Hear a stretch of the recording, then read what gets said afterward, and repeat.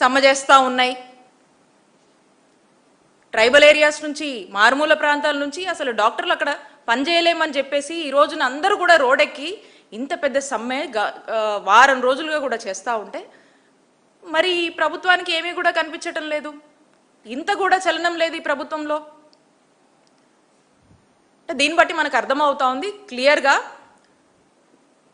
ఈ ప్రభుత్వానికి వైద్య ఆరోగ్యం పట్ల, ప్రజల ఆరోగ్యం పట్ల, ఆరోగ్య రంగం పట్ల ఏ మాత్రం కూడా చిత్తశుద్ధి లేదనేది మనకు స్పష్టంగా అర్థమవుతా ఉంది.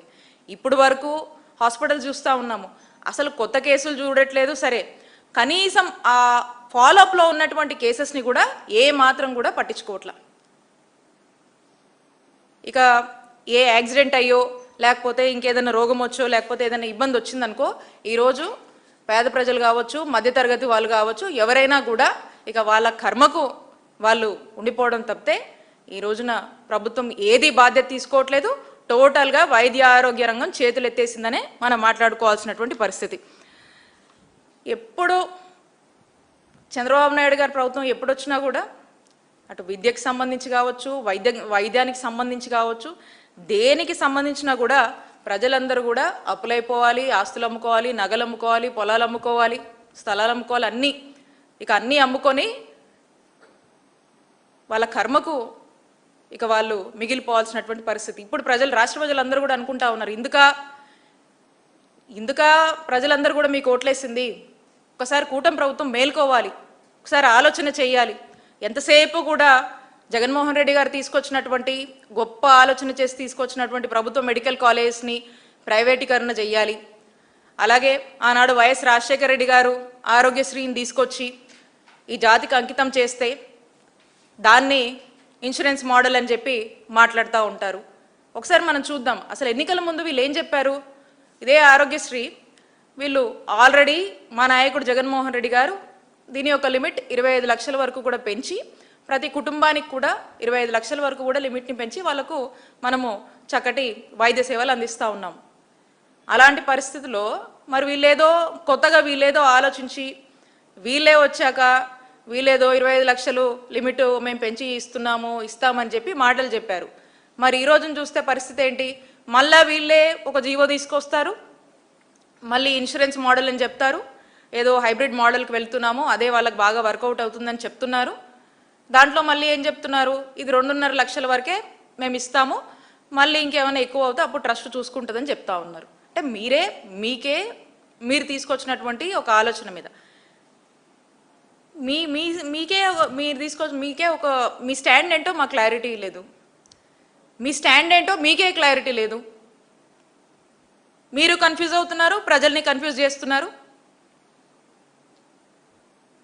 మనం చూసినట్టయితే మన దేశంలోనే నియర్లీ 17-18 స్టేట్స్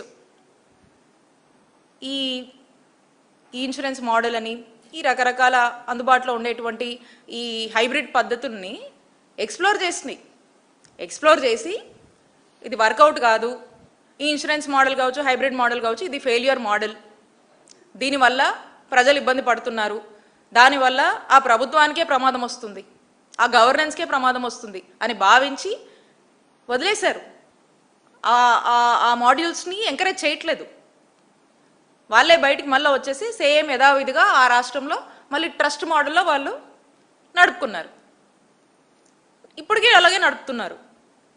మరి ఇక్కడ ఈ రాష్ట్రంలో ఆనాడు రాజశేఖర రెడ్డి గారు ఒక గొప్ప ఆలోచన చేసి తీసుకొచ్చినటువంటి ఈ ఆరోగ్యశ్రీని ఈరోజు ఇంత దేశంలో అన్ని రాష్ట్రాలకు ఆదర్శంగా ఉండి వాళ్ళు నడుపుతూ ఉంటే మరి ఈ రోజున ఇక్కడ పుట్టినటువంటి ఈ ఆరోగ్యశ్రీని వీళ్ళు చంపాలని ప్రయత్నం చేస్తూ ఉన్నారు. ప్రభుత్వంగా ప్రజల పట్ల బాధ్యత వహించకుండా ఆ ప్రజల అనారోగ్యంతో చచ్చిపోతే అది ప్రభుత్వ హత్యే. ఈ కూటమి ప్రభుత్వం చేస్తున్నటువంటి హత్యగానే మనం భావించాల్సినటువంటి అవసరం ఉంది.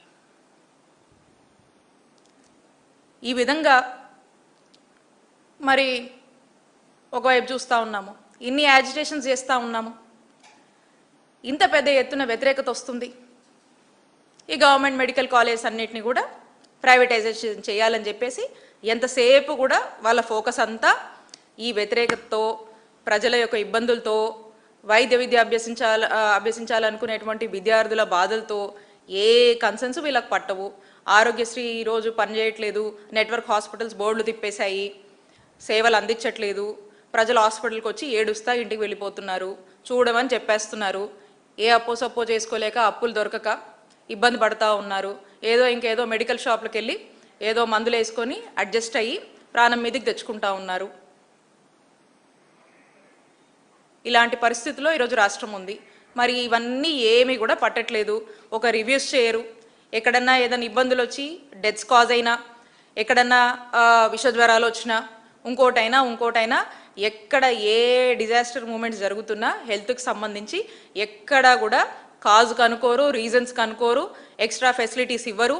అక్కడ ఏమన్నా అక్కడ రివ్యూ చేయడం కానీ, డిజీజ్ కాజ్ కనుక్కోవడం కానీ ఏటి మీద కూడా శ్రద్ధ లేదు. ఓన్లీ దేంట్లో బిజీగా ఉన్నారంటే పదే చెప్తా ఉన్నాము. ఎంతసేపు ఈ ఉన్నటువంటి ప్రజల ఆస్తిగా ఉన్నటువంటి ఈ ప్రభుత్వ రంగంలో మా నాయకుడు జగన్మోహన్ రెడ్డి గారు తీసుకొచ్చినటువంటి ఇవన్నిటినీ కూడా, డెవలప్మెంట్స్ అన్నిటినీ కూడా ఈరోజు ప్రైవేటైజేషన్ పేరుతో ఈరోజు ఒక స్కామ్ చేస్తూ సొమ్ము చేసుకోవాలని దాని మీద ఉన్నటువంటి ఫోకస్. ఈరోజు ప్రజలకు మంచి ఆరోగ్యము, వైద్య సేవలు అందించాలనే ఉద్దేశం లేనే లేదు. సో దాంట్లో ఫుల్గా బిజీగా ఉన్నారు.